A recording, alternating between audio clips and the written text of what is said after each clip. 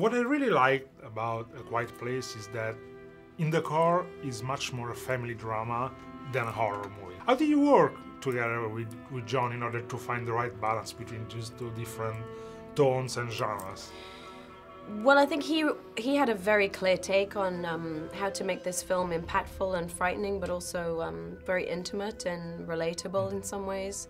And I think that's his great skill as a writer and as a filmmaker, is that two-pronged approach, and you can do both. You know, you can carve out new space for a genre where you really invest in the people. It's sort of a homage to films like Jaws and Alien and those kind of things. So I think we as actors talked very much in detail about the backstory of this family and what they were like before this horror ensued, you know. I think as a mother, as a wife, you can pretty much relate to Evelyn's character. Which has been for you the most challenging scene to shoot in this movie in an emotional way?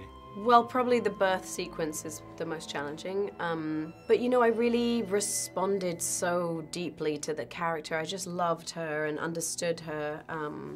I think she's inevitably probably closer to my real life experiences as a mother than, say, some of the other characters I played who have a dissimilar sort of way of being. And so, yeah, it was a very personal role for me, this.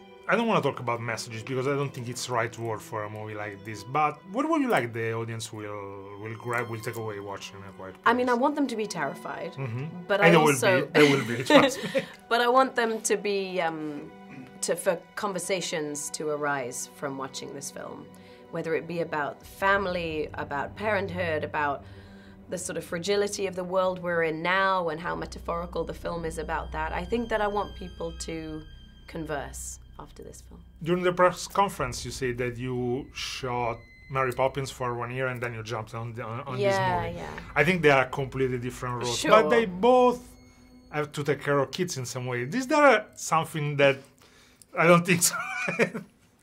No, they're nothing alike.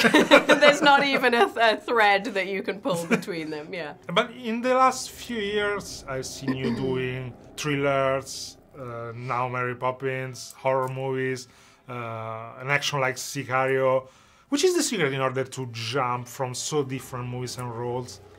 Take a lot of time off in between. I mean, I think that I tend to have this rule of that I have at least 4 to 5 months off in between projects, and if anything, I would like longer, you know. I took 6 months off between Quiet Place and now my next thing that I'm doing in May. I think that's important for me, to have the downtime to just be at home with the kids and have time to shed one thing and prepare another thing. You know, I've never been somebody who can jump between and be on set just my whole life. That would not be fun for me.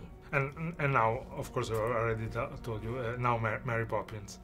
Are you excited about such this iconic role and see how the audience will respond to that? Yes, I mean, you know, this is ultimately just my version of her and my interpretation of her, so we'll see what people make of it, you know. I'm pretty sure they will love that. I hope so.